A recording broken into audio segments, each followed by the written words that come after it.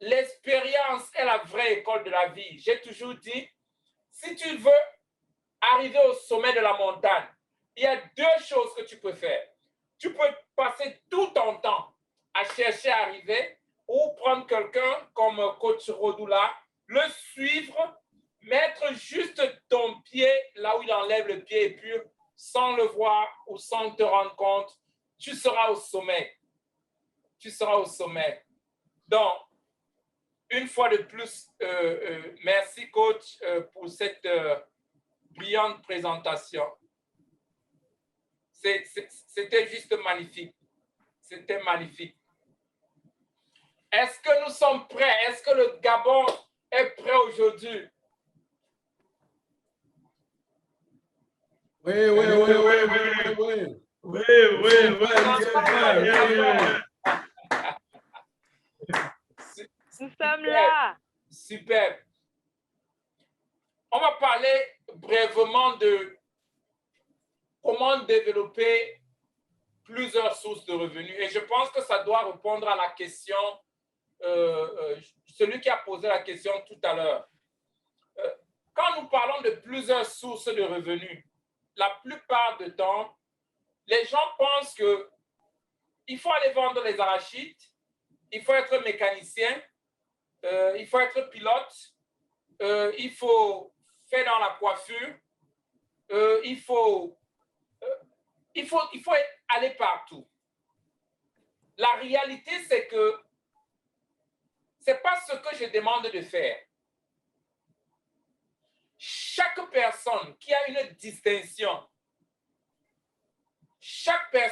distinction, peut développer dans l'une de ces distinctions au moins 10 sources de revenus. Dans l'une des distinctions. Et c'est quoi une distinction? Une distinction, c'est une chose dont tu as maîtrisé ou tu sais très bien faire. Et tu es connu par ça. Si je prends l'exemple du coach Esther, en dehors peut-être l'œuvre sociale qu'elle fait, elle sait très bien chanter, par exemple. Elle est bien douée dans la musique.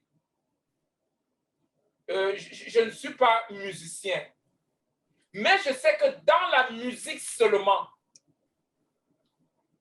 elle peut développer beaucoup de sources de revenus. Comment est-ce qu'elle peut développer plusieurs sources de revenus par la musique? Elle peut organiser des concerts, elle peut faire sortir des CD, elle peut mettre ses CD, avoir une chaîne YouTube, elle peut faire l'école de musique, Voilà, je comprends. elle peut faire l'école de musique payante, elle peut faire l'école de musique qui est préfinancée, peut-être pour apprendre la musique à ceux qui ne peuvent pas payer et apprendre la musique. Je suis à 5. Elle peut faire des chœurs dans l'album des autres. Tu vois, juste de la musique. Elle peut écrire des chansons et vendre. Ça veut dire ne pas chanter. Elle peut aider d'autres dans leur composition. Ça, ce sont les différentes sources de revenus. Je suis déjà à 7, seulement dans la musique. Elle peut faire la production parce qu'elle a déjà des albums sur le marché et elle sait comment le cheminement pour partir juste du chant seulement à avoir un album fini. Donc, elle peut accompagner les gens dans cela. Nous sommes à 9, juste en restant dans la musique. Quel qu'en soit ton domaine de distinction, tu peux développer au moins à 10 échéances pour avoir des revenus. La plupart du temps, beaucoup d'hommes d'affaires laissent tellement d'argent sur la table parce qu'ils se focalisent sur un seul point. Quand on parle de développer du portfolio. Parfois, les gens peuvent essayer de mystifier cela.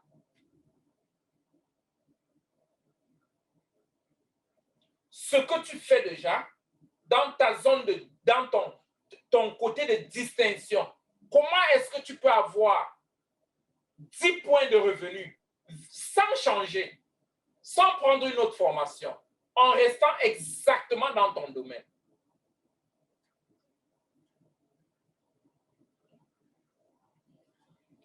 Dans la musique, Coach Esther peut aller plus loin et commencer à représenter certains musiciens pour vendre leur album. Ça veut dire avoir ce qu'on appelait dans le temps une discothèque, là où il faut vendre. Elle peut faire la représentation dans la musique. Elle peut être organisatrice d'événements. Ça reste toujours dans le même truc.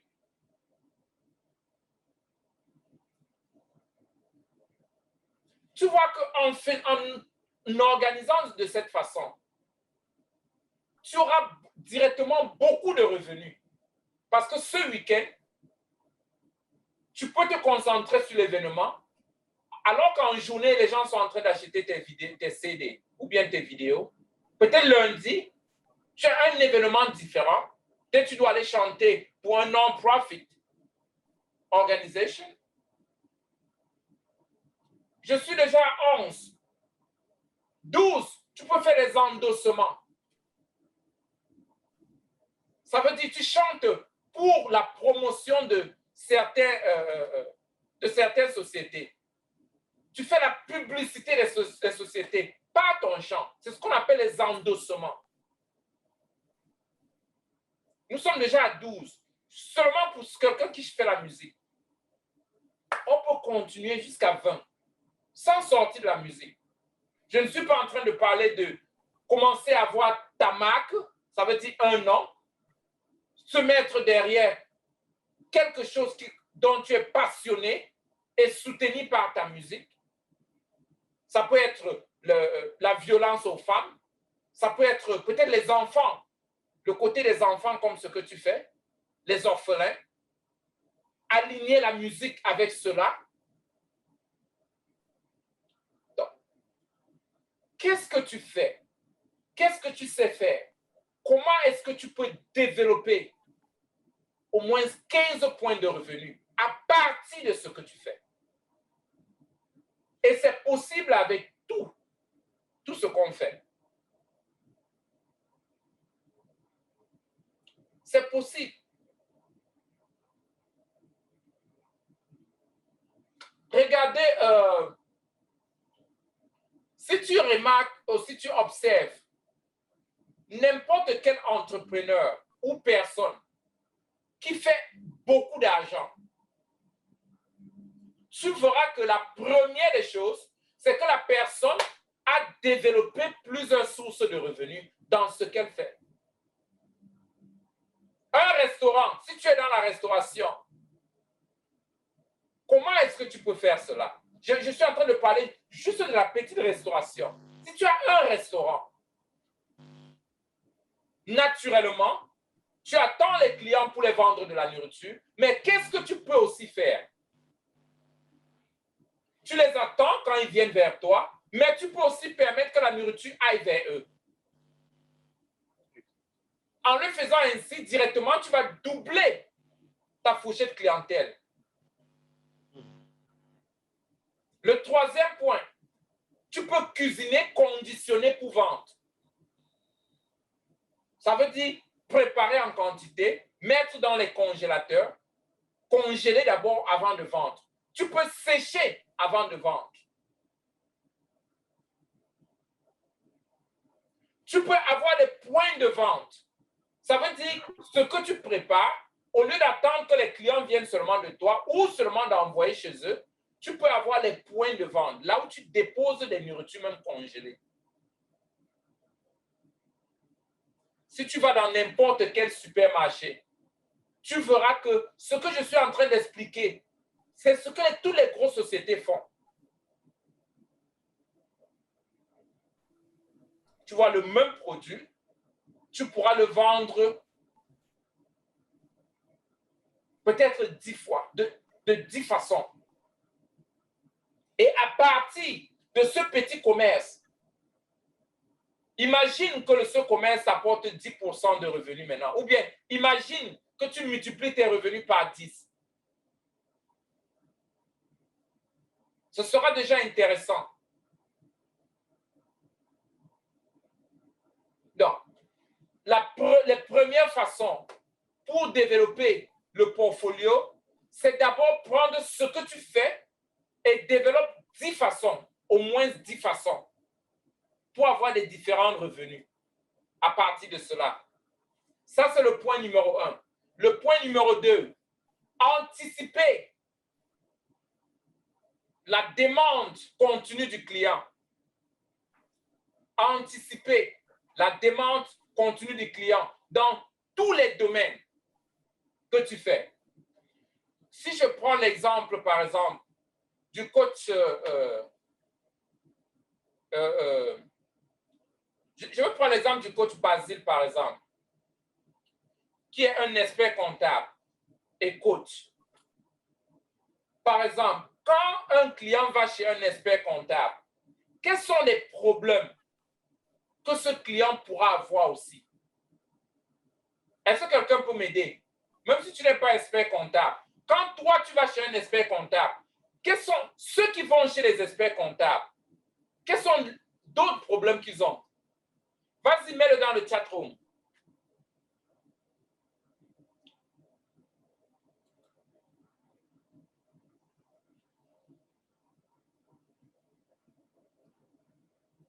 Mets dans le chat room.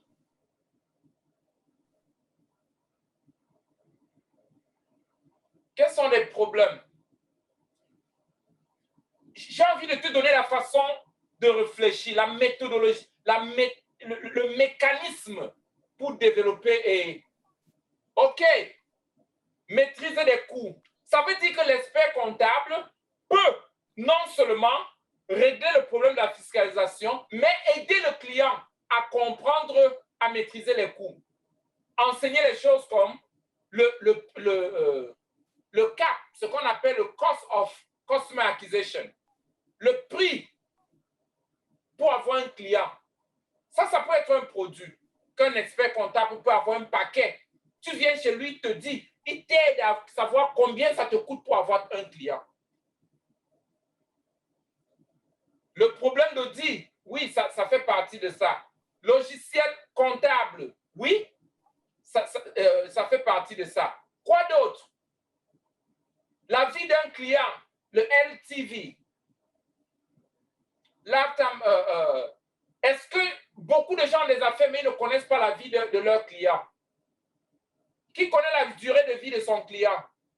Je ne suis pas en train de parler de la durée de vie que la personne va mourir. Non. Quand les gens consomment ton produit, ils peuvent rester clients pour toi pendant combien de temps? C'est ça la durée de vie du client. Tu dois connaître, l'expert comptable peut t'apprendre combien ça te coûte pour avoir un client. L'expert comptable peut t'apprendre la durée de vie de ton client pour que tu anticipes pour accélérer dans le marketing. Quoi d'autre? L'expert comptable peut te former pour lire même la comptabilité. Beaucoup d'hommes d'affaires ne savent pas lire. Quand le rapport est devant eux, ils ne savent pas. Parce que les hommes d'affaires ne sont pas nécessairement des experts comptables. Oui, la maîtrise de la documentation. Quoi d'autre? Comprendre la facturation. Comprendre le bénéfice, le coût de bénéfice. Beaucoup de gens, d'hommes d'affaires, ne savent pas combien est-ce que je gagne par bouteille, peut-être bouteille d'huile que je vends. Combien est-ce que chaque employé me rapporte? Le retour sur l'investissement, sur le personnel. Combien de personnel peut, si j'en manque 3 personnes sur mon staff, qu'est-ce que ça va représenter dans mon chiffre d'affaires?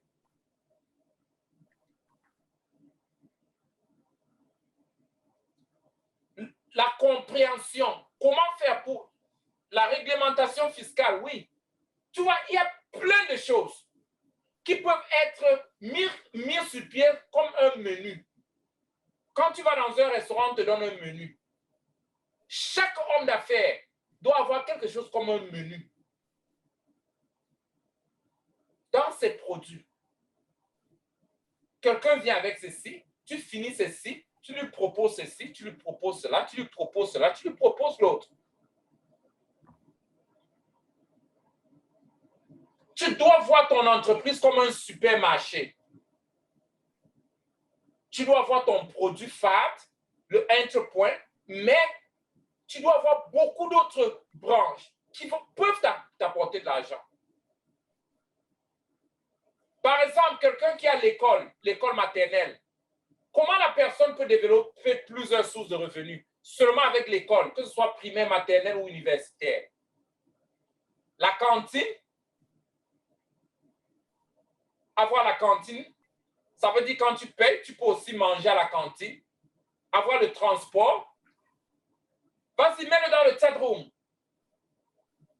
Offrir le transport, voilà l'autre source de revenus. Directement, tu pars de l'école parce que tu as les enfants, tu les transportes à la maison. Quoi d'autre? Vendre ce qu'on appelle les sacs écoliers. Ça veut dire, dans chaque classe, tu as un prix que le parent peut payer pour avoir tous les livres et tous les cahiers. Peut-être ça coûte 75 000 francs CFA ou 50 $. Ça veut dire que le parent n'a plus besoin d'aller sur le marché se battre. Avoir la bibliothèque, super.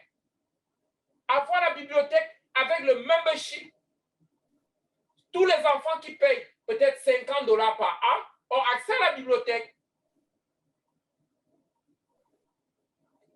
Il y a beaucoup de façons. Tu vois, dans le même domaine, tu peux développer facilement jusqu'à 10-15 sources de revenus.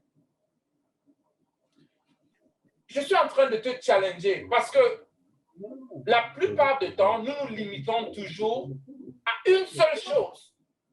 Et c'est pourquoi on n'arrive pas à soutenir l'affaire.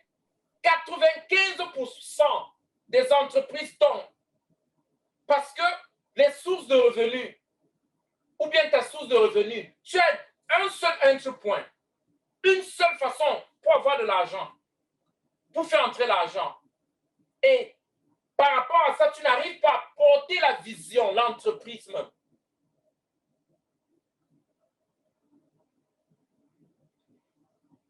La réalité, c'est quoi? Que ce soit ta vie privée ou une entreprise, ta vie est comme une entreprise. Si tu ne gères pas ta vie de cette façon, ce sera difficile. Et alors, si tu étais enseignant ou bien professeur, comment est-ce que tu peux faire la même chose? Peut-être tu travailles pour l'État gabonais. Et tu me dis, non, coach Raph, moi je suis enseignant, je suis un fonctionnaire. Ou bien je suis un juriste. Je travaille, je représente une société. Mais comment tu peux faire la même chose? Le cheminement, c'est de la même façon. Si tu documentes ce que tu fais, par exemple, si tu es un enseignant, tu enseignes les mathématiques. Toi, tu donnes l'exercice aux enfants. Et tu comprends comment tes enfants ou bien tes élèves apprennent. Imagine si tu faisais un board, ce qu'on appelait dans le temps le board, pour ta classe. Si tu écrivais, si tu développais ce que tu as compris déjà et mettre sur le marché, comme les livres de mathématiques, ça n'a pas besoin d'être confirmé avec le board d'enseignement pour que tu vendes dans toute la ville. Mais c'est possible. Mais directement, tu peux commencer à vendre à ceux qui sont proches de toi. Tu peux offrir les cours de répétition de l'université. Tu peux avoir des enfants que tu formes, que tu coaches. Tu peux former des formateurs. Ça veut dire que tu partages la connaissance. Comment toi-même tu fais avec les autres. Une connaissance que tu utilises seul ne peut pas te payer assez. Mais si tu peux partager ta connaissance avec un grand nombre, même si tu gagnes juste 1%, tu te feras tellement d'argent. Imagine la façon dont Terence est amusant. Imagine qu'il lance une classe et il fait venir les enfants qui pensent qu'ils sont comédiens. Et tu payes juste 1000 francs pour venir. 1000 francs. Tous les parents peuvent payer.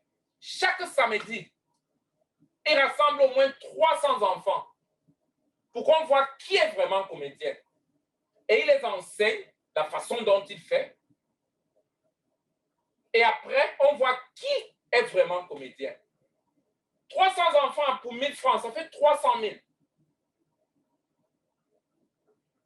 Il peut aller de ville en ville. Aujourd'hui, tu es à Libreville. Le week-end prochain, tu es à Port-Gentil. Après l'autre week-end, tu es dans l'autre ville. Après, tu recommences encore. Parce que qui ne veut pas apprendre cela? Enseigner ce que tu as. Transmettre ce que tu as aux autres. Être payé. Le faire par écrit. Le faire en scène. Le faire dans un protocole de coaching. Le troisième point. Quel était le premier point? Mettez dans le chat room. Je vais m'assurer que vous êtes en train de suivre. C'était quoi le premier point? Mettez dans le chat room. Coach Petronil, mets dans le chat room. Tu es très forte avec les notes. C'était quoi le premier point? Développer plusieurs revenus, oui. Secteur des assurances. OK. OK. Développer les autres. Deuxième point. Développer 10 façons pour vendre ce qu'on a. Merci, coach Eugénie. Et le deuxième point, c'était de se multiplier à travers les autres. Devenir plusieurs. Donc, ce que coach Petronil fait, elle doit être plusieurs coachs Petronil. Elle peut décider être 1000, elle donne le nombre deviendra de toi. Le troisième point,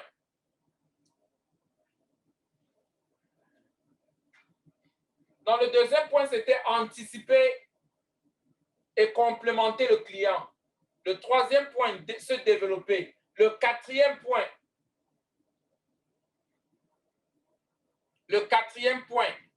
développer. Le quatrième point, c'est ce que nous appelons acheter en gros. Être payé. Être payé quand tu dépenses. Être payé quand tu dépenses. Donc, gagner l'argent en dépensant. Qui gagne l'argent chaque fois qu'il dépense son argent? OK. Qui paye la lumière chaque mois? La lumière, l'électricité. Qui paye la facture de téléphone chaque mois? Qui a l'assurance? Qui paye chaque mois? Est-ce que tu sais que tu peux t'inscrire dans les programmes d'affiliation? Ça fait que chaque fois que tu dépenses, tu es payé. Qui achète la nourriture en détail? Tu peux épargner de l'argent en dépensant ton argent. Là où j'achète les costumes, j'ai la licence d'acheter en gros. Dans les mêmes costumes qu'on vend à 3 500 $, je peux les acheter à 750 $. Donc, quand j'achète, je gagne de l'argent. Même les chaussures, tout. L'électricité chez moi, ma facture, c'est dans les 700 $ par mois. Je gagne environ 18% de cela. Parce que je suis revendeur de l'électricité. Donc, par an, c'est comme si j'ai 3 mois ou 4 mois d'électricité gratuite. J'ai fait la même chose pour l'eau. L'assurance de mes voitures, j'ai fait la même chose.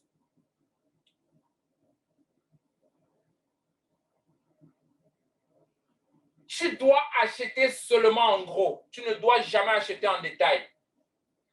Parce que la réalité, c'est que tu dépenses au moins 80% de l'argent qui passe dans tes mains. Ça veut dire, si tu dépenses 10 millions de francs CFA par mois, et si tu gagnais 20% de cela, ça pourra te donner 2 millions de plus. Donc, tes 10 millions seront plutôt 12 millions. Fais de l'argent quand tu dépenses. Quand tu achètes ton billet d'avion, il y a des sites, des vendeurs de billets d'avion. Parfois, qu'on te donne 30 jours gratuits. Va t'inscrire comme revendeur d'abord. Tu achètes le billet d'avion et tu gagnes 25% de retour. Tu gagnes l'argent en dépensant ton argent. Chaque chose que tu achètes, sur tout ce que tu dépenses l'argent dessus, cherche à savoir combien ça coûte le prix de gros.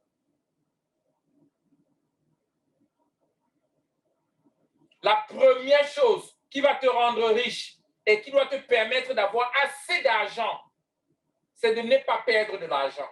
C'est de ne pas gaspiller déjà ce que tu as. Tu dois protéger. Les riches ne sont pas ceux qui font trop d'argent, mais c'est ceux qui savent protéger l'argent qu'ils ont. Quand 100 000 entrent dans les mains de quelqu'un qui est riche, ça a la valeur d'1 million. Quand 100 000 francs gabonais, c'est le franc CFA, entre dans les mains de quelqu'un qui est riche, ça a la valeur d'1 million. Mais quelqu'un qui est, je ne veux pas dire insensé, quelqu'un qui n'a pas l'intelligence financière, gaspille 100, fait les achats de 100 000 avec 1 million. Nous sommes en train de parler de comment développer les sources de revenus.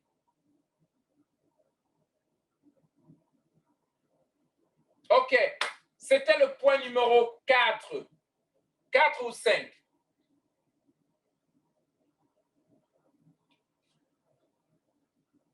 L'autre point, tu dois avoir la discipline d'épargner de l'argent. Qui a un mécanisme pour épargner de l'argent? Quand je parle de la discipline d'épargner de l'argent, ça veut dire que tu épargnes de l'argent quel qu'en soit ce qui arrive. Tu n'épargnes pas après avoir dépensé et épargner ce qui reste. L'épargne se fait avant les dépenses. L'épargne doit faire partie de tes dépenses. Donc, ça veut dire si tu as un salaire de 1 000 $, dès que les 1 000 $ viennent, peut-être 10%, ce sera l'épargne. Ça va directement à l'épargne. Tu ne dépenses pas les 1 000 $ et ce qui reste, tu vas épargner. Non, non, non, non. Tu épargnes avant de dépenser.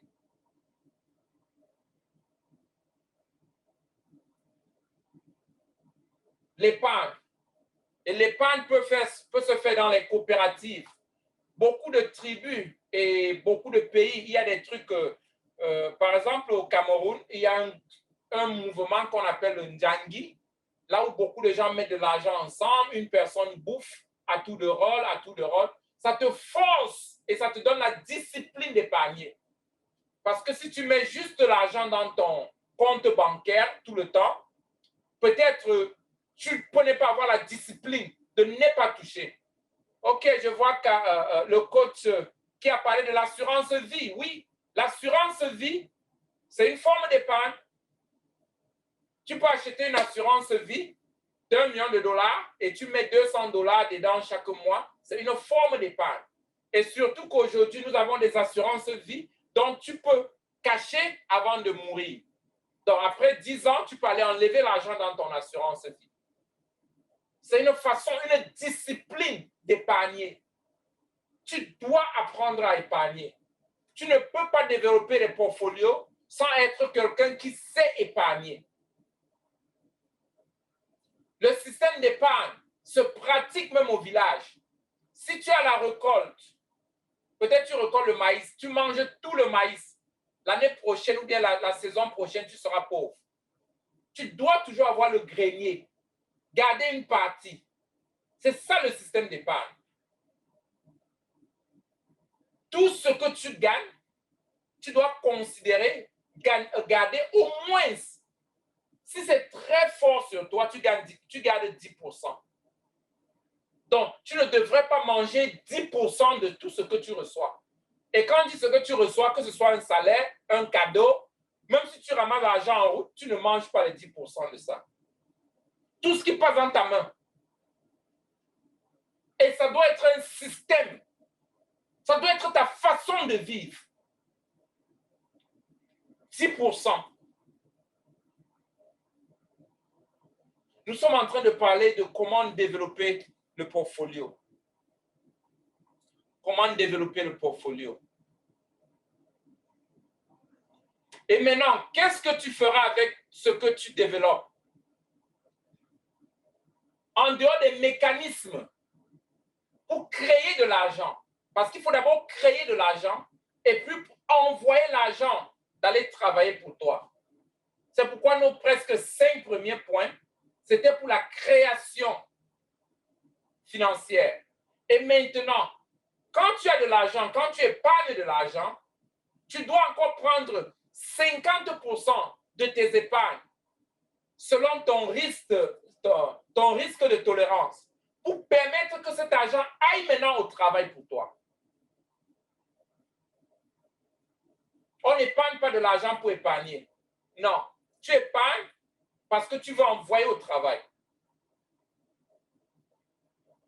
Tu peux envoyer au travail en investissant dans d'autres affaires, en étant partenaire dans une autre affaire, en étant investisseur ou en créant d'autres entreprises.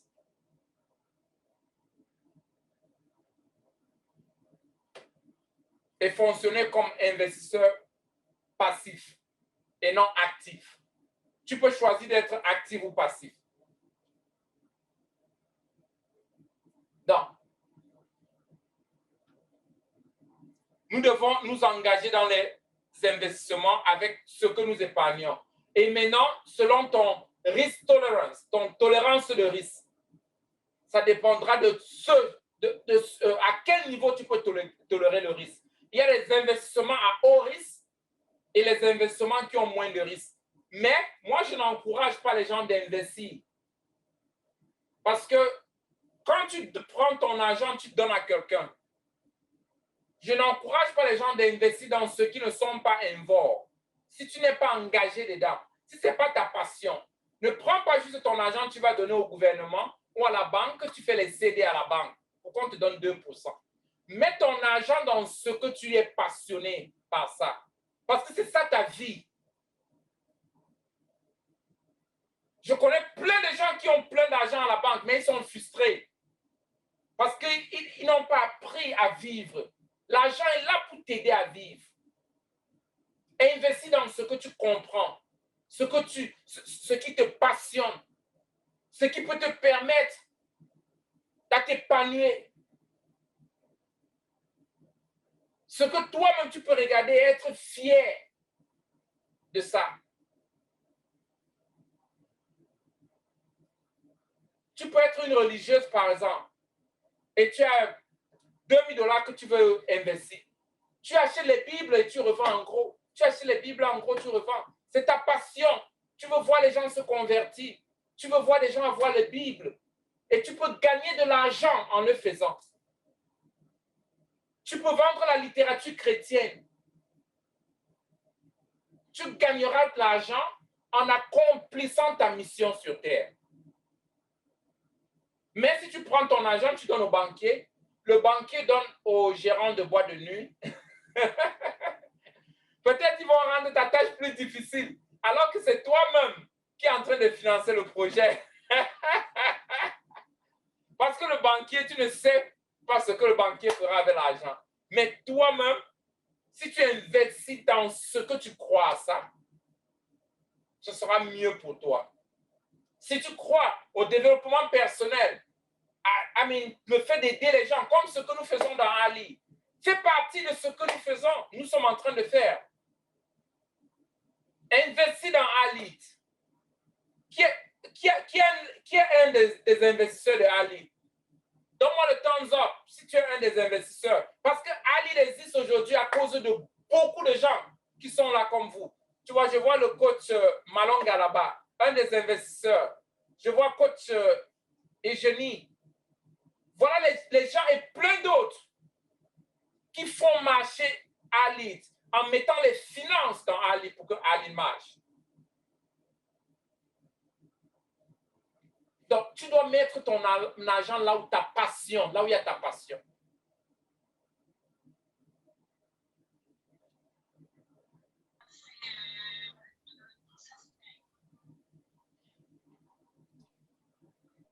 J'ai parlé de, vous pouvez acheter ce qu'on appelle les obligations. Et en tant qu'investisseur, quand tu investis dans une société, il y a deux genres d'investisseurs. Il y a ceux qui viennent comme les partenaires et il y a ceux qui achètent des obligations. Ça veut dire, tu mets de l'argent, tu as un taux d'intérêt qui te reviendra. Tu as un montant qui te reviendra peut-être chaque mois ou bien chaque 3 mois ou ou par an. Ou alors, tu peux être partenaire. Ça veut dire, plus la société grandit, ton argent grandit. Et ta rémunération sera selon les revenus de l'entreprise. Donc, voilà deux façons d'investissement majeures et surtout ce qu'on trouve dans nos pays africains. Soit tu achètes les obligations, ça veut dire que tu fais un placement d'argent avec un taux d'intérêt fixe, ou alors tu deviens partenaire. Écoute, pour les sources de revenus, parfois tu peux être partenaire sans argent. Tu peux venir avec tes qualités et être partenaire dans une organisation. Ce n'est pas toujours de l'argent. OK. Qui est le timekeeping? Il me reste combien de temps avant de prendre les questions? 9 minutes, coach. 9 minutes? Oui, coach. OK. Donc, les obligations, voilà une façon de développer les revenus, ou bien alors le partenariat, une façon de développer les revenus. Une autre façon de développer les revenus qui est maintenant tellement connue, c'est de travailler à l'international. Travailler à l'international. Tu vis au Gabon, tu parles français. Aujourd'hui, il y a Zoom, il y a Facebook, il y a Zoom, il y a beaucoup de façons pour travailler de façon virtuelle à l'international. Tu peux être freelancer. Les freelancers sont ceux qui ont une spécialité et qui peuvent apporter leurs services aux individus et des sociétés et être payés. Donc, tu peux être au Gabon et travailler en France comme freelancer. Tu peux travailler en Belgique. Tu peux travailler au Cameroun. Tu peux travailler au Congo. Tu peux travailler aux États-Unis. Est-ce que tu as déjà cherché le travail? Ou bien un genre de collaboration pour offrir les services que toi, tu proposes? Ou alors tu te limites juste dans ta ville? Est-ce que tu as déjà cherché les marchés dans d'autres villes?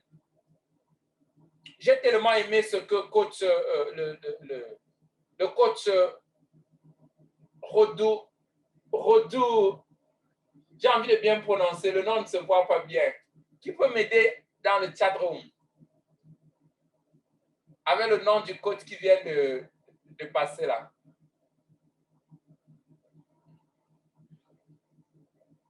Rodoula, ok, merci. Le coach Rodoula a dit quelque chose de très, très pertinent. Il a dit, ne sois pas entrepreneur pour te focaliser sur le gouvernement.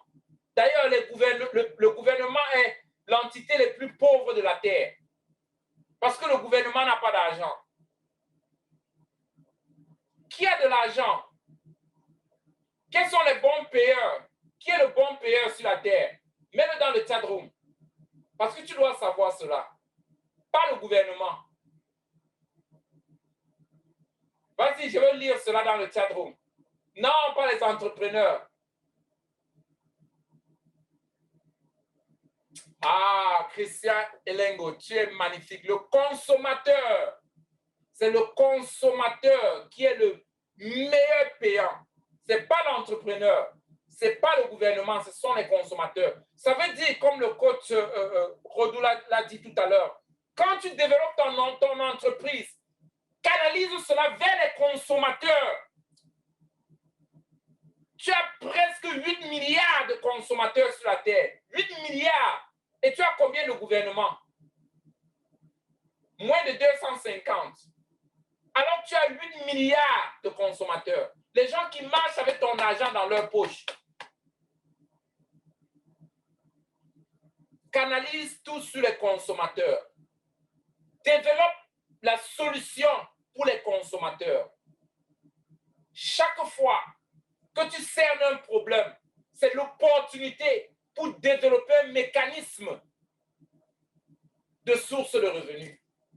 Chaque problème est une opportunité pour développer un mécanisme ou bien créer une source de revenus.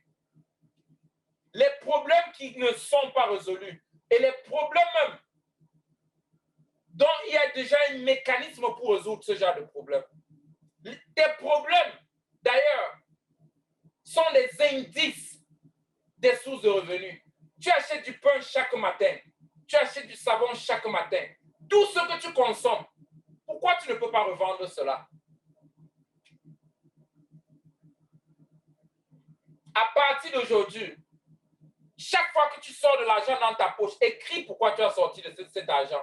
Et demande-toi, pourquoi moi, Kaleti, je ne vends pas comme cette personne?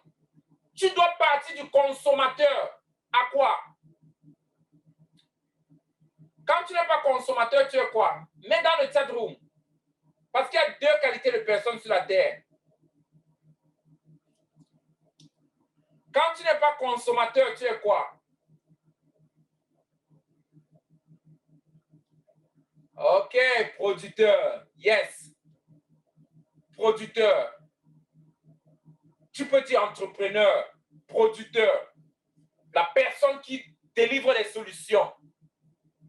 Tu dois délivrer plus de solutions que ce que tu consommes. Tu dois toujours te poser cette question. Chaque fois, dès que tu te réveilles, demande-toi que, mais attends, combien de solutions j'ai délivrées aujourd'hui? Très tôt le matin, tu as mangé du breakfast, tu es allé au travail, tu dois payer le loyer, tu dois payer l'électricité. En le faisant, en réagissant de cette façon, tu deviens un consommateur. Tu dois être un producteur, quelqu'un qui apporte de la solution. Et d'ailleurs, sur ta liste, sur la liste de tout ce que tu consommes, tu dois briser et être au moins intermédiaire dans ce que tu consommes. Ça veut dire que tu dois chercher à savoir combien est-ce que ceci coûte à la source. Et commencer à gagner sur toi-même dans toutes tes boutiques. En achetant en gros, en renégociant, en payant moins et avoir plus. Parce que pour gagner de l'argent, comme je l'ai dit tout à l'heure, c'est la capacité d'utiliser 100 000 et acheter quelque chose à une valeur d'1 million avec. Parce que si tu as 1 million, tu dépenses pour acheter quelque chose d'une valeur de 100 000. Il y a déflation. C'est comme si ton argent n'a pas de valeur. Tu seras comme le CFA, dévalué. Nous sommes en train de parler du mécanisme pour développer plusieurs sources de revenus.